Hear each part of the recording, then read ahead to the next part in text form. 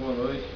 Essa semana estou viajando, mas apesar de estar viajando, nós não vamos deixar de ter nossa célula, não vamos deixar de compartilhar da palavra de Deus. E hoje quero compartilhar um texto que está lá em 1 Samuel, capítulo 12, que diz o seguinte. Isso aqui é Samuel falando para o povo de Israel. Agora, pois, eis que tendes o rei à vossa frente. Já envelheci e estou cheio de cabelos brancos. Os meus filhos estão convosco.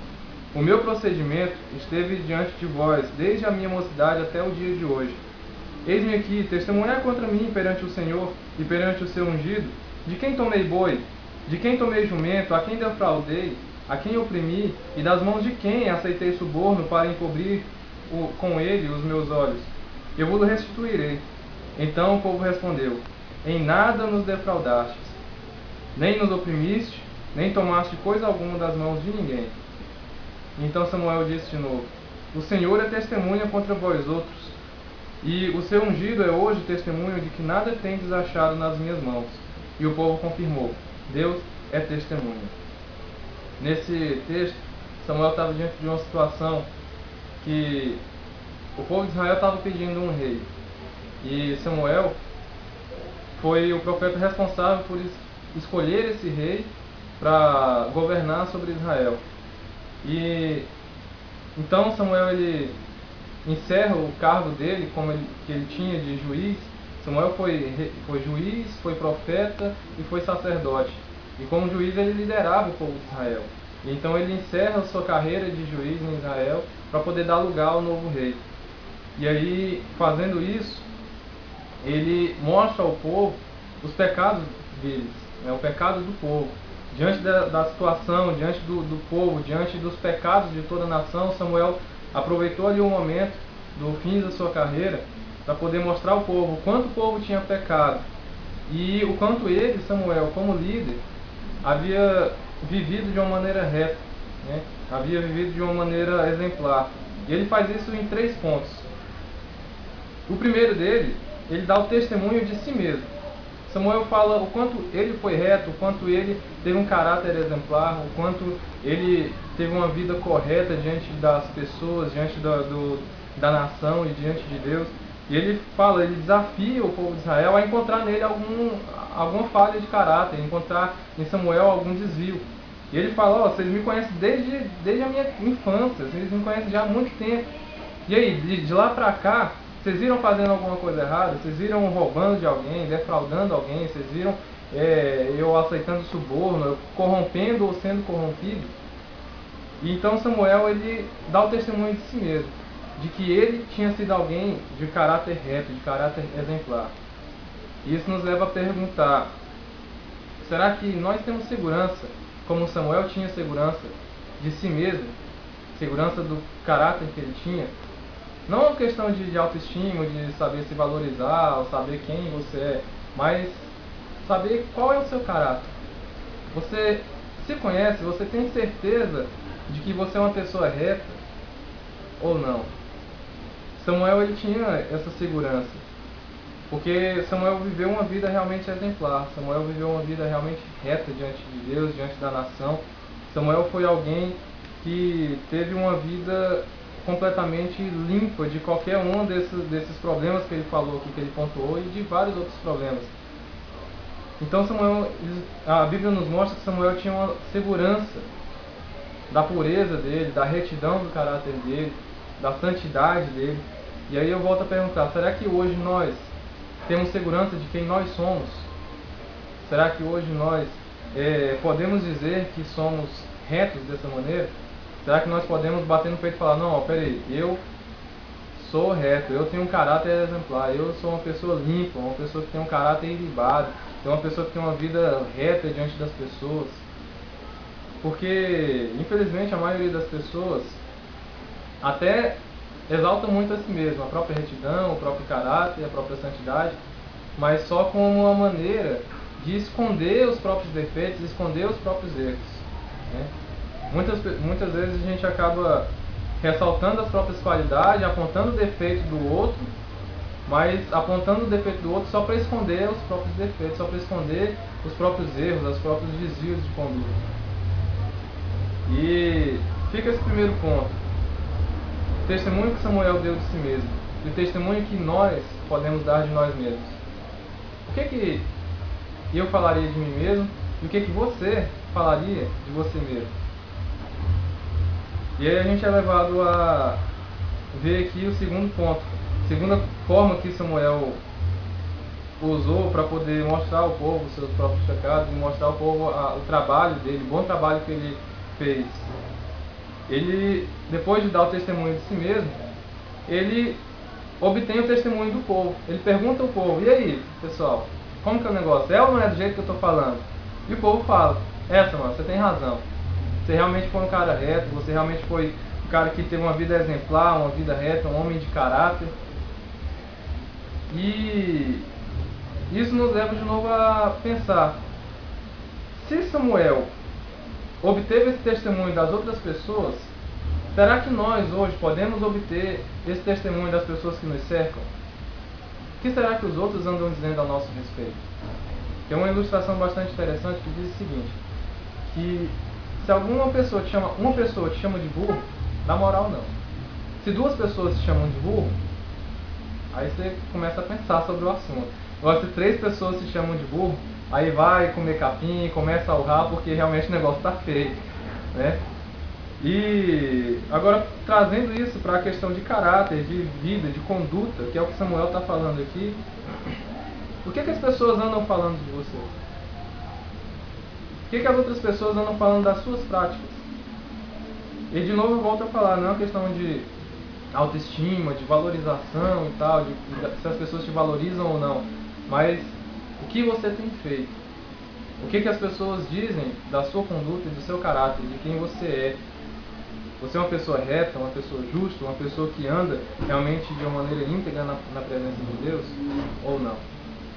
E Samuel, ele teve uma vida tão íntegra que ele desafiou o povo a ver nele algum desses problemas aqui, algum desses desvios de caráter, e ninguém conseguiu encontrar coisa alguma contra Samuel, ninguém pôde dizer coisa alguma contra a vida dele. Pelo contrário, o pessoal apenas diz: em nada nos defraudaste, nem nos oprimiste, nem tomaste coisa alguma das nossas mãos. Enfim, Samuel foi alguém que governou de uma maneira reta, de uma maneira justa.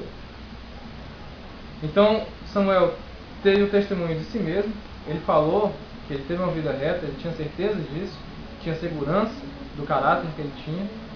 Samuel obteve um bom testemunho do povo, as pessoas que estavam em volta de Samuel, as pessoas que viveram na mesma época, puderam dizer que ele realmente foi alguém reto, alguém justo, alguém de caráter.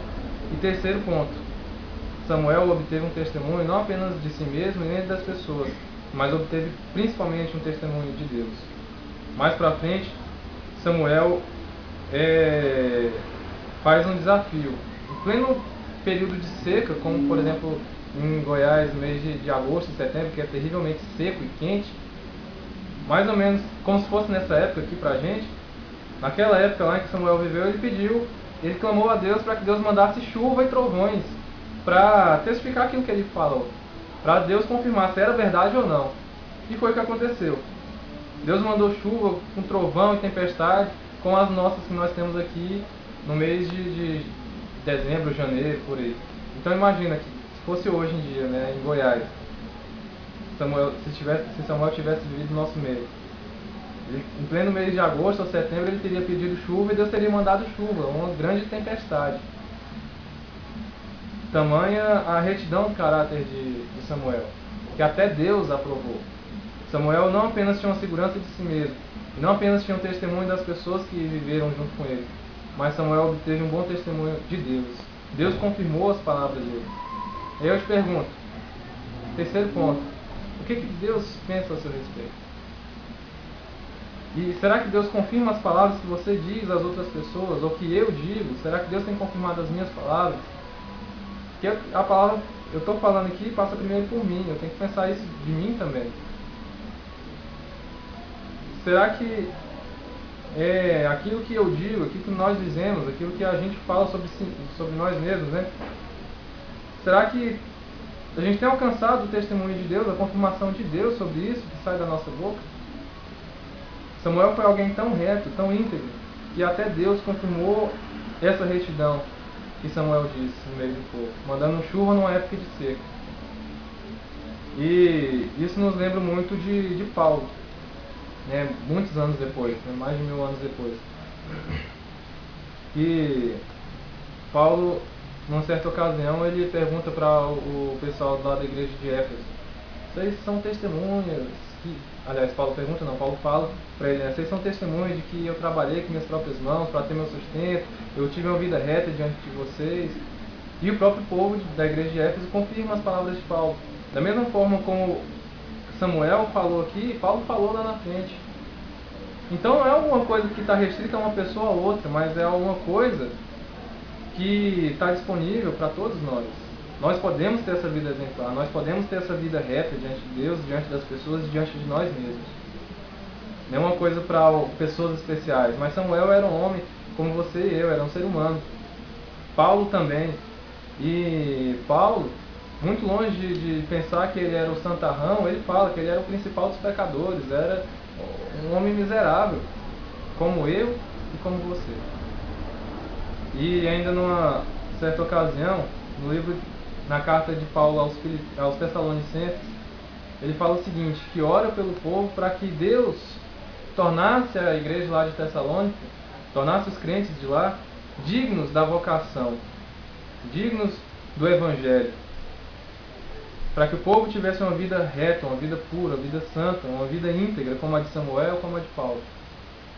Então não é que eu vou conseguir isso, ou você vai conseguir isso com as suas próprias forças, mas é Deus quem vai nos capacitar. Eu queria ler esse versículo, que é bem interessante, fala de uma maneira muito clara. 1 Tessalonicenses, segunda carta aos Tessalonicenses, capítulo 1, versículo 11, diz o seguinte: por isso também não cessamos de orar por vós, para que o nosso Deus vos torne dignos da sua vocação e cumpra com poder o propósito da bondade e obra da fé, a fim de que o nome do nosso Senhor Jesus seja glorificado em vós e vós nele, segundo a graça de nosso Deus e do Senhor Jesus Cristo. Então, não somos nós que nos tornamos dignos de um bom testemunho, dignos de ser aprovados por Deus, dignos de ser aprovados pelas pessoas, ou dignos de ser aprovados por nós mesmos. Mas é Deus quem nos torna dignos, isso é uma ação de Deus em nós. Por isso que é algo que não está limitado a Samuel ou a Paulo, mas é algo que está disponível para mim, disponível para você, disponível para quem quiser. É Deus quem age em nós. E não é para nos glorificar, não é para dizer que nós somos bons, que nós somos os melhores. Não, mas é para que, como Paulo disse aqui, para que o nome de nosso Senhor Jesus seja glorificado em nós e nós nele. Então, que fique essa palavra no nosso coração, que a gente possa refletir hoje e sempre. Quem somos nós? Como que a gente se vê? Como é o nosso caráter? Qual tem sido a nossa conduta? Como têm sido os nossos atos? Será que os seus atos têm sido dignos? Têm sido retos aos seus próprios olhos? O que as pessoas andam falando de você? E o que Deus diz de você? Eu espero que essa palavra possa ficar gravada no nosso coração e nos faça refletir dia após dia, para que nós possamos ter uma vida digna da nossa vocação. Amém? Deus nos abençoe. Tenha uma boa noite, uma boa semana e até a próxima.